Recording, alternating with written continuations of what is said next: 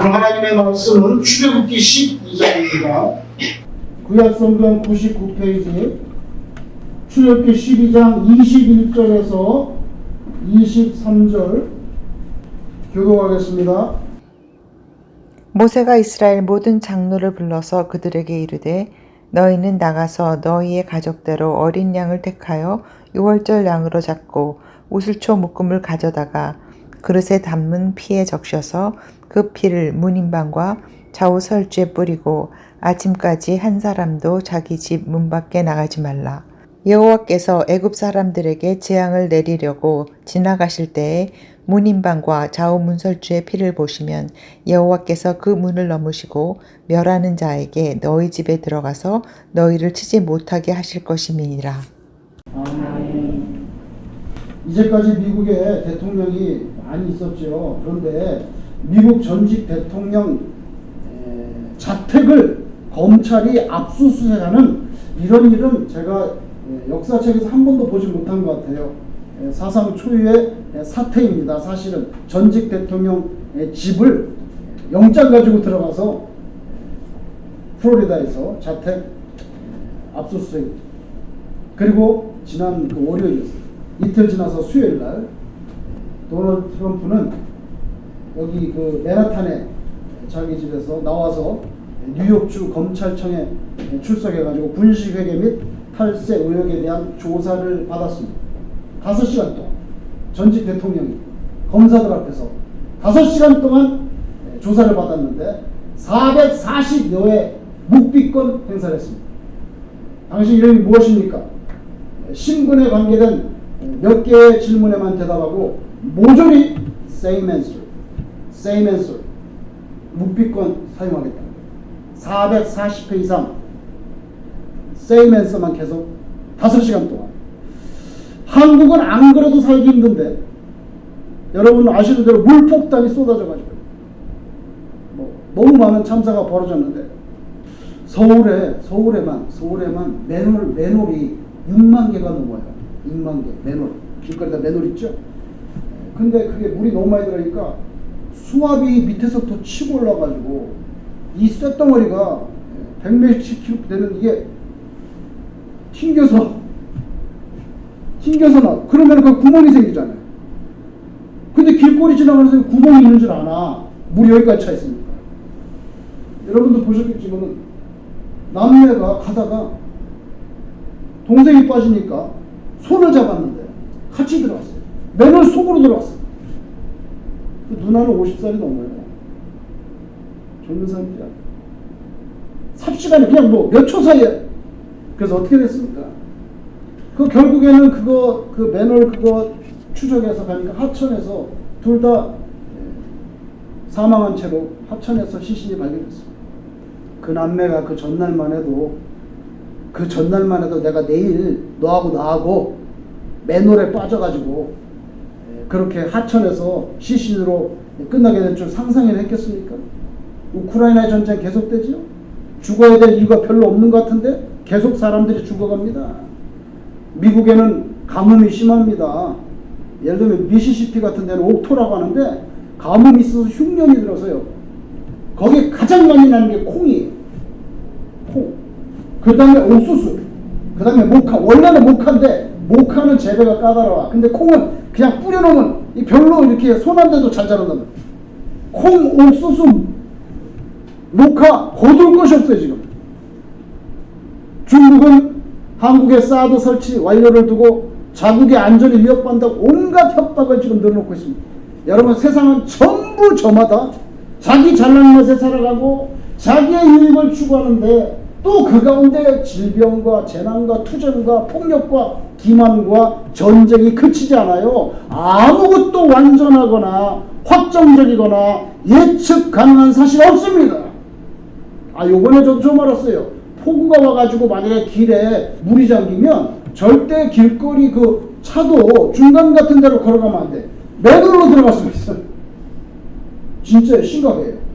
그래서 물이 이만큼 잠기면 건물들 있죠? 건물 벽을 타고 움직여야지 안 그러면 언제 맨홀로 들어갈지 몰라요.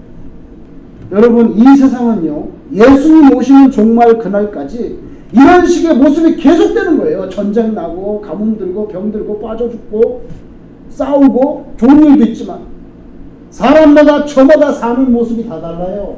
생각도 다르죠. 태도도 다르고요. 좋아하고 안 좋아하는 호불호 전부 다릅니다. 이런 개체들이 모이는 곳이 교회야. 이건 오직 한 가지 이유로밖에는 하나가 될 수 있는 방법이 없어요. 왜? 다 살아온 환경이 다르고 생각이 다른데 그 뭐냐, 우리가 하나님 앞에 어쨌건 간에 우리가 죄인이라는 거, 그리고 죄를 스스로 내가 사면할 수 없다는 거예요. 예수님의 보혈의 대속의 피로만 용서가 된다는 거죠. 그 믿음 하나로만 뭉칠 수가 있어요. 우리는 머리 염색하는 색깔도 내가 좋아하는 게 다 다를 수가 있고, 옷 색깔도, 신발 하나도 난 다 스타일이 달라. 우리가 여기서 하나가 될 수 있는 것은 우리가 죄인이고 예수님의 피로 구원받았고 우리는 하나님의 나라에 갈 건데, 그때까지는 우리가 예수님의 말씀하신 사명감을 붙잡고 영혼을 구원하면서 하나님의 나라를 넓혀가야 된다는 오직 그 믿음 하나로밖에는 뭉칠 방법이 없어요. 먹는 거, 좋아하는 거, 반찬도 다 달라. 가끔씩 황당한 정치인들이 스스로 셀프 사면을 하는 경우도 있지만 그거야말로 말 안 되는 얘기지요. 자기가 죄를 져놓고 어떻게 자기가 자기를 사면합니까? 정치권에서 가끔씩 그런 게 있어요. 훈장도 자기가 자기한테 수여해. 난 또 그런 거 처음 봤어. 몰랐어 그동안에. 어떻게 자기가 자기한테 훈장을 써요? 별 제도가 많아요. 지금부터 약 3,300년 이전에 이집트 땅에 엄청난 사건이 있었죠. 바로 6월절입니다. 하나님께서 자기 백성 이스라엘 이집트 노예살이에서 해방시켜 주려고 10가지 재앙을 내렸는데, 마지막 10번째 재앙은 뭐냐면은 이집트에 처음 태어난 건 다 죽는 거예요. 짐승이든 사람이든 처음 태어난 the first born, 처음 태어나는 거 다 죽는 무시무시한 재앙이에요. 성경에 보니까 모세와 아론을 불렀더라고요, 하나님께서. 그래서 은밀하게 지시하셨어요. 자, 이번 달 열흘에 각 가족대로 양을 취해라. 그냥 대략 한 10명당 한 마리 잡는 거예요. 근데 1년 된 어린 양을 잡는, 이렇게 10일 날, 이번 달 10일 날 양을 갖다가 갖고 있어. 잡는 건 아니야. 갖고 있다가 14일 날이 되면 그걸 잡아가지고 이제 그 양을 먹고, 근데 그걸 삶아서 먹는 게 아니에요. 구워서 먹어야 돼요. 여러분, 삶으려면 시간 오래 걸리잖아요. 빨리 지금 나가야 되는지, 곧 이집트 나갈 거기 때문에 구우는 건 빨리 된단 말이에요. 다 이유가 있어요. 구워 먹으라고 했어요. 구워 먹었어요. 그리고 고기를 먹고 피는, 여러분 오늘 성경에 또 우술초는 풀 이름이에요. 풀 이름인데 그 우술초를 이렇게 묶어가지고 총채처럼 해가지고 그걸 찍어가지고 어린 양 피가 있을 거 아니에요. 피를 찍어서 이렇게 뿌리는 거예요. 문인방에 뿌리고 문설주에 뿌리는 거예요. 피를. 그러면 집에 여기랑 여기가 피가 있는 거죠. 그걸 보면 하나님께서 죽음의 천사를 보낼 때 그 피가 있는 집은 들어가면 안 돼. 왜냐하면 그 이스라엘 사람들이니까 피가 있는 집은 넘어가고, 이집트 사람들이 이걸 모르잖아요. 지금 이스라엘 그거 모르니까 피가 없는 집은 들어가서 첫 번째 난 다 죽는 거예요. 짐승도 죽고요. 그래서 결국 누가 죽어요? 이집트의 최고 권력자 페로 바로 왕의 아들이 죽어나갑니다. 그러니까 눈이 뒤집힌 거예요. 자기 아들이 죽으니까. 그래서 이스라엘을 해방시키지 않다가 얼른 나가라. 그렇게 해방한 거죠. 그러니까 하나님께서 여러 번 기회를 줬는데 9번이나 말 안 듣다가 말 안 듣니까 아주 극단적인 처방을 내렸어요. 그래서 6월절이 생겨난 거죠. 이스라엘 사람들은 죽지 않았어요.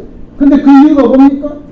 어린 양을 잡고 그 피가 나오는데 그 피를 여기 발랐다는 거 한 가지 이유밖에 없어요. 한 가지. 오직 우리 가족이 사는 것은 이 피 때문이에요.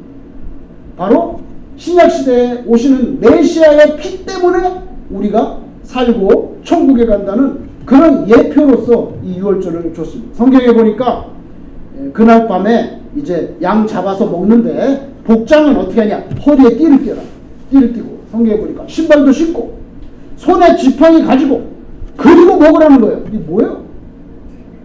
하나님께서 이제 바로 왕의 아들을 죽으면 바로가 빨리 나가려 할 때 마음 바뀌기 전에 빨리 나가야 되니까 이제 나갈 준비를 다 하고 먹으라는 거야. 허리띠 들고 신발까지 다 신고 지팡이까지 짚고 고기를 먹으라는 거야. 삶아 먹을 시간이 어디 있어? 구워 먹어. 그래서 구워 먹는 거예요. 그 성경에 구워 먹으라고 돼 있어요. 이유가 있는 거예요. 여러분, 그래서 처음 난 거 다 죽었죠?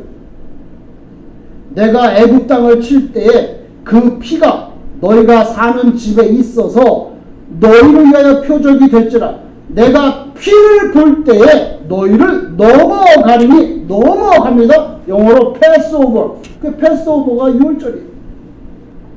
애굽의 죽음의 재앙이 임하는 날 히브리 민족은, 애굽에는 재앙이 임했는데 히브리 민족은 해방이 됐어요. 그래서요, 하나님의 역사는요 동전의 양면과 같아요. 요한계시록도 마찬가지입니다. 사탄의 세력에 대한 심판, 사탄의 세력에 대한 심판은 곧 뭐예요? 하나님의 백성에 대한 구원이죠. 이게 딱 붙어 있어요. 동시에. 이 동전의 양면이 뛸 수가 없어요.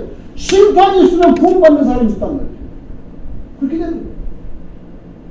여러분, 근데 아무거나 잡는 게 아니에요.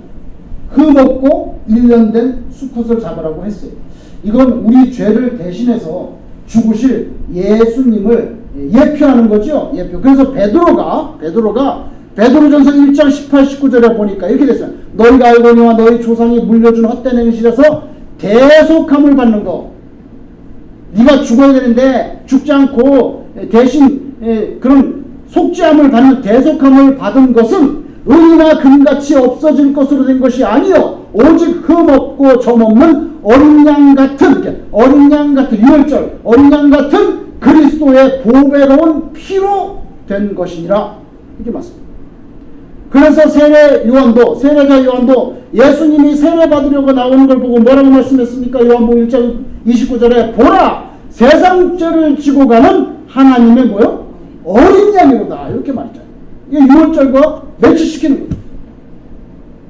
여러분, 내가 피를 볼 때에 너희를 넘어가리니, 죽음의 사자는요, 아무것도 보지 않아요. 문인방과 좌우 설주에 우슬초를 찍어서 쫙 뿌려놓은 붉은 피만 봅니다. 붉은 피만 봅니다. 오늘 본문 22절에 여러분 잘 주의 깊게 보셨는지 모르겠지만 그거 뭐라고 되어 있어요? 22절에 뭐라고 되어 있어요? 네? 거기 자세히 보시면 뭐라고 되어 있죠? 그 부분에 아침까지 어떻게 해요? 한 사람도 자기 집 문 밖에 나가지 말라. 대단히 중요한 얘기예요. 유월절 밤에 하나님이 보낸 그 죽음의 천사가 죽이는데 문인방과 물설주에 어린 양의 피를 뿌렸는데 이 사람이 나갔어. 밖에 왜 나가지 구경하려고 나갈 수도 있겠죠. 이집트 사람들 죽었나 안 죽었나 확인을 좀 해봐야지. 그래도 곡소리가 나나? 나갔다 이거예요. 그거는 책임을 질 수가 없다는 것이죠. 그래서 하나님께서 6월절 밤에 죽음이 일어나니까 아침까지는 반드시 그 집 안에 있어야 된다는 거예요. 집 밖에 나가지 마라. 집 밖에 나가면은 그 생명이 보장되지 않습니다. 여러분, 우리는요, 생각해 보세요. 롯도 천사가 빨리 나가라 그랬는데 재산이 너무 많아가지고 그 다 불타고 그러니까 소돔에서 빨리 나가라는데 결국에 뒤돌아보지 말라는데 어떻게 했죠? 뒤를 돌아봤잖아요. 돌아봐서 어떻게 됐어요? 소금 기둥이 됐잖아요. 그러니까 하나님께서 특별히 이렇게 말씀하실 때 뒤돌아보지 마라, 아침까지 나가지 마라, 디렉션을 주실 때가 있어요. 그걸 따라요. 그게 우리의 생명을 갖다 지키는 거예요. 절대로 아침까지는 문 밖으로 나가서는 안 된다. 지금 우리 인생의 가장 중요한 것은 내가 정말 예수 보혈 안에 있냐, 아니면 예수 보혈 밖으로 나갔니? 그겁니다. 예수의 피로 씻음을 받았는가, 그렇지 않은가, 그것만이 우리 생명을 결정짓는 기준이에요.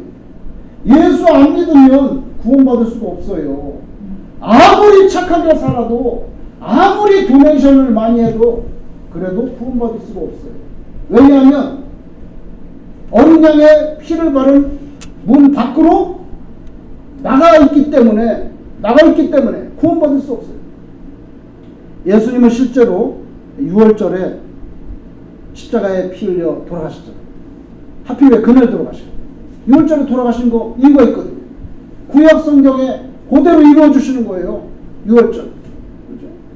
우리는 그게 뭐 성금요예배지만 유대인들은 뭐예요 그날이? 6월절이잖아요. 6월절이죠.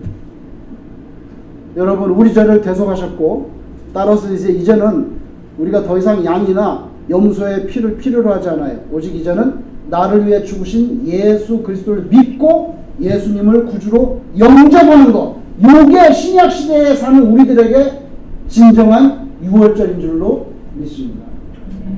여러분 한국의 전통 재래신앙은 뭔지 아세요? 한국은 역사 뭐 반만년, 5천년 역사라고 하는데 뭘 믿고 살았나요? 한국의 가장 대표적인 신앙은요, 그냥 간단히 말해서 유불선이라고 그래요. 뭐 선 대신 도라고, 유불도라고 하기도 해. 도교니까. 도교가 그 여러분 산에 가면 누가 있어요? 신선이 있다고. 그거 이렇게 유불선. 어떤 사람은 아니야. 한국의 재래신앙은 유불선이 아니지. 왜냐하면 도교는 제대로 정착된 적이 없어. 사실은 유불 맞아. 유교 불교는 맞는데 도교가 언제 한국에 그렇게 재래신앙으로 정착됐냐? 그건 아니고 무당, 뭐 샤머니즘 그거 있지 않냐? 그래서 유불선이 아니라 무교죠.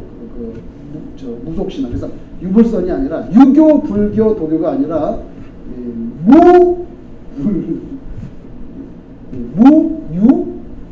이렇게 말하는 사람도 있어요. 어찌됐건 간에 여러분 뭐 무유불이건 간에 유불선이건 간에 생각해 보세요. 그런 재래 한국의 전통적인 그런 종교가 있었는데요. 그 종교들이 일제에 대해서 항거하는 독립정신과 논리적으로 신앙의 논리적으로 이렇게 타이트하게 묶이는 건 별로 없어요. 독립운동에 가담할 수는 있지만 그 종교의 닥트린으로 종교의 그 논리로 이렇게 항일 일제 항거하는 거하고 신앙의 닥트린하고 이렇게 되는 게 별로 없다는 거예요. 오직 기독교만이 그게 굉장히 밀착돼 있어요. 그 이유가 뭡니까? 기독교 신앙은요, 일본이 그렇게 강조하는 신사참배를 우상 숭배로 규정하고 반대하기 때문에. 그래서 기독교 신앙은요, 가짜가 아니라 진짜 예수 믿는 예수쟁이라고 하면 이거 자동으로 항일이 되는 거예요. 진짜 예수 믿는 사람은 신사참배를 안 하니까 그거 뭐예요? 그거 항일이지. 뭐 항일 안 하고 싶지 않아도 그냥 진짜 예수 믿으면 그냥 항일이 되는 거예요. 그렇죠? 그래서 기독교 신앙 뭡니까? 우상숭배 거부 뭡니까? 신사참배 거부. 그래서 뭐예요? 항일. 그렇게 해서 유관순부터 시작해서 결국에는 다 이유가 있는 거죠. 여러분 신사참배하지 않아서 고문당하고 투옥되고 순교한 신앙의 선조들이 있었잖아요.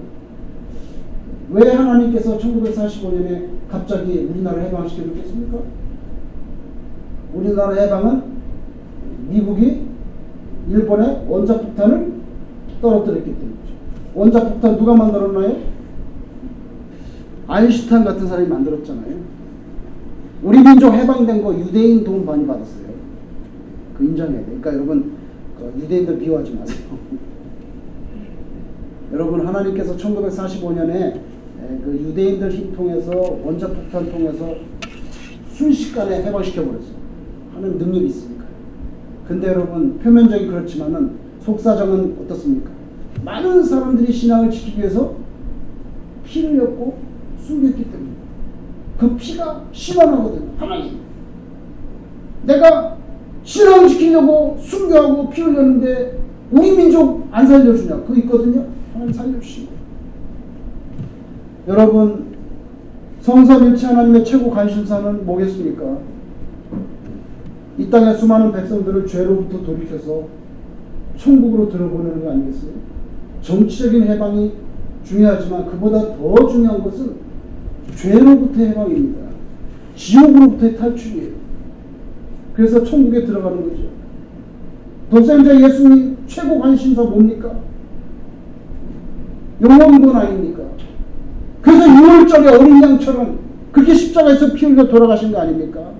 예수님 복음서에 보면 죄인과 세리의 친구라고 하는 그런 별명을, 아이고 예수님 지나가면 저 죄인의 친구, 아니 저 세리랑 같이 노는 사람, 죄인과 세리의 친구라는 별명을 얻을 정도로 영적으로 병든 영혼들에게 하나님의 나라를 전하려고 애쓰셨어요.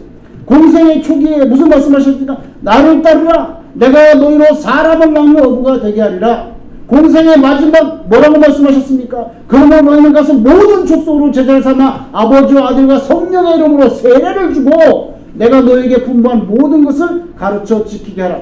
공생에 시작할 때나 공생에 마칠 때나 오직 한 가지 뭡니까? 죄 가운데 영벌로 들어갈 수밖에 없는 불쌍한 영혼들을 건져내는 것, 구원과 양육.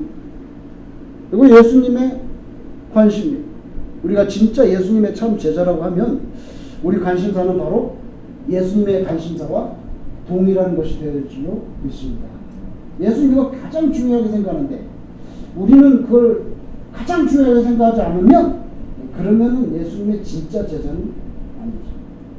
누가복음 23장 43절, 아예 같이 죽어가는 강도가 예수님께 회개하는 그런 마음을 살짝 열었죠. 열었더니 오늘 네가 나와 함께 낙원에 있으리라. 내일도 아니야. 오늘 당장 너는 오늘 나하고 같이 낙원 들어가. 아, 이거 정말 굉장한 사건이라고 생각해요. 예수님을 영접하고 회개하고 영접하고 회개하고 영접하기만 하면 누구든지 하나님의 나라에 들어가는 줄로 믿습니다. 너무 중요한 거예요. 여러분, 어떤 분이 여러분에게 악하게 굴어 별거 아닌데 시비를 걸고 여러분에게 욕을 한다든지 입을 삐죽거린다든지 쬐려본다든지 험담을 한다든지 비난한다든지 아니면 손해를 끼친다든지 아니면 여러분을 미워하고 아니면 여러분에게 서슴없이 폐악질을 하는 그런 어떤 사람이 있다고 한번 생각을 해보세요. 그런 사람이 있다고. 근데 그런 사람이 나한테 있는데 그 사람에게 제가 너무 사랑스러운 마음으로 다가가고 그 사람을 보듬어주고 그 사람을 배려해주고, 이건 진짜 제가 볼 때는 여러분 어떤 사람이 여러분에게 욕만 한마디 해봐. 욕만 한마디 하면 당신하고 나하고는 영원히 절교야. 절교. 다시 볼 일 없다. 끝이야. 아니 막 욕만 한마디 한다. 절교예요. 근데 여러분 하나님께서는 그와 같은 우리들을 위해서 독생자의 피를 흘리게 하잖아요. 이건 제가 볼 때는 정말 인간의 힘으로는 있을 수 없는. 우리는 우리에게 조금만 섭섭하게 하면 벌써 등을 돌리려고 그래. 나를 무시하고 말이야. 뭐래 그따구 말을 하고. 그러면 맨날 등 돌려야 돼. 동서남북 돌릴 데도 없어 이제는. 다 돌려가지고. 그렇잖아요? 근데 여러분 나한테 잘해주는 사람, 나한테 착하게 하는 사람, 의로운 사람 밥 사주고 끌어안고 믿어주고 후원하고 격려하는 거 쉬워요. 근데 나한테 대드는 사람, 욕하는 사람, 뭐 미워하는 사람, 소리 끼치는 사람, 여기다가 아주 막 비난하는 사람, 이런 사람은 어떻게 그렇게 합니까? 그런데 하나님께서 우리에게 그와 같이 다가오셨다는, 우리의 죄에 대한 형벌을 죽음으로 대신 지신 예수님이 바로 그 보혈의 공로가, 우리는 너무 오랫동안 예수 믿어가지고 그냥 마땅하고 당연한 듯이 여기는데 그렇지 않아요.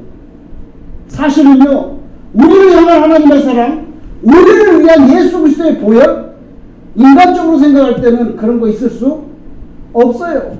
거의 제가 볼 때 불가능해. 그런데 하나님께서 우리를 끌어안고 우리를 위해서 피 흘려주신 거죠. 세월이 지나가지고 지금 이제 기억이 가물가물 하시겠지만 2005년도에 허리케인 카트리나가 뉴올리언즈를 덮쳤을 때 그 비참함이라는 건 뭐 지금 한국의 물폭탄 이런 거 될 거 아니었어요. 지금도 기억이 나요. TV에서 계속 나오잖아요. 그 미시시피 강 뚝을 그게 넘었다고요. 그래서 물이 범람해가지고 사람이 많이 죽었죠. 빠져서 죽은 거예요, 물 때문에. 근데 화면에 보니까 물이 물로 다 가득 찼는데 나무들 있잖아요. 나무가 이제 윗부분이 이렇게 나왔는데 거기에 죽은 사람들 시신이 거기에 이렇게 걸려있어요. 그거 봤다고요, 화면에서. 죽은 사람이 떠내려가서 나중에는 어디 하수구에 가서 처박혀 있어요. 그 화면에 다 나왔죠. 그냥 있는 그대로 다 나왔어요. 소망이 없는 중환자실. 여러분, 전기 끊어졌어요. 전기 끊어졌어요. 수도 나오지 않아요. 병원 아래 물 찼어요. 이게 무슨 한 동네가 아니라 주 전체가 그렇게 되니까 누가 어떻게 구조를 하러 오냐고요. 누가 와요. 수도 끊어졌고 전기 끊어졌고 물 쏟아져 들어오고 온도가 100도 이상 막 올라가는데 중환자들이 누워있어요. 전기 안 되니까 어떻게 치료할 거예요? 어떻게 호수고 어떻게 할 거예요? 그리고 양로원 성격에 움직이지 못하는 그런 병원들, 수도 전기 끊기고 물이 차오를 때 의사들이 모여서 회의했죠. 안락사밖에 없다. 어떻게 계속 죽어가는데 그 바람, 고통을. 그래서 안락사 시켰어요. 카트리나 다 지나고 나서 밝혀졌죠. 검찰이 수에 들었어요. 안락사 시킨 거 다 나왔어요. 어떻게 해? 어쩔 수 없지. 의사들이 어떻게 하냐, 그 많은 환자를. 그런 마당에 뉴올리언즈 주립 감옥에 죄수들이 얼마나 많아. 감옥 문에 다 잠겼어요. 감옥에 다 나왔지. 문 열어서 다 나왔지. 죽을 수는 없잖아. 다 문 열어서. 그 죄수들이 몽땅 다 나와서 갈 데가 어디가 있어. 다 물이 찼는데 감옥이 물에 잠겼어. 병원도 지금 안락사 시키는 판에 구조가 안 돼가지고. 그 사람들이 모인 거는요, 하이웨이 고가도로 올라가는데 거기 물 안 차면 그 끝자락에 다 모였어요. 거기까지 물 차려는데 전부 다 죄수복 입고 모여서 두려움에 벌벌 떨고 있는 그런 처참한 광경이 기사에 났어요. 모여있는 하이웨이 끝자락 제외하고는 동서남북을 다 둘러봐도 물밖에 없어요. 온통 바다예요. 그런 불강력적인 천재지변의 난리 속에서 문재나 정부가 과연 그 사람들을 구조하기 위해서 뭘 보내겠냔 말이에요. 그 수많은 사람들 헬기를 보내겠어요? 뭘 보내겠어요? 구조를 해줄 건가? 2005년 8월 31일자 사진 딱 나오죠.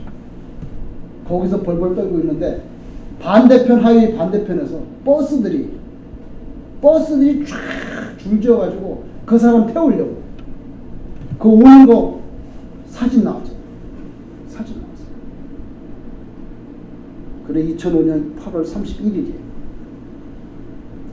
제가 그때 그 사진을 보고 너무 충격을 받았어요. 수많은 사람이 죽어가는데 그 죄수들 실어가려고 버스들이 그냥 줄지어서 하이웨이를 달려오는 그 장면이에요. 여러분, 우리가 하나님 보실 때 그런 사람들 아니에요? 죄수와 똑같지 뭐. 영적인 감옥 속에서 탐심과 이기심의 그 세상 홍수 가운데 수장될 수밖에 없는 그런 수준인데, 그런 죄인, 나 같은 사람, 그런 죄인 하나님께서 살리려고 버스 정도 보내는 정도가 아니라 그냥 독생자들 예수님을 보내버려가지고 직접 피를 쏟아가지고 구원의 길을 터주셨죠. 그 죄수들 얼마나 감사했겠어요. 그 버스에 달려올 때 이제 살았다. 물은 계속 차오르지, 하이웨이에. 얼마나 감격하고 얼마나 감사했겠습니까? 우리는 예수의 피 때문에 구원받아 천국에 가는 길을 열어주셨는데 우리는 그런 감사하는 마음이 식지 않냐 이거죠. 죄수도 생명이고 죄수도 구조받아야 될 가치가 있다. 누가복음 5장 32절에 내가 의인을 부르러 온 것이 아니야 죄인을 불러 회개시키러 왔노라. 이것이 우리의 소망인 줄로 믿습니다. 여러분 예수 믿고 구원받은 것에 대해서 언제든지 간에 진정한 감사가 솟아나요. 주변에 있는 예수 믿지 않는 분들도 바로 여러분의 그런 간절한 기도와 전도를 통해서 하나님의 놀라운 은총 속으로 빨려 들어오는 가장 고귀한 그런 기적들이 우리 살렘교회를 통해서 이루어지기를 주의 이름으로 축원합니다. 기도하겠습니다.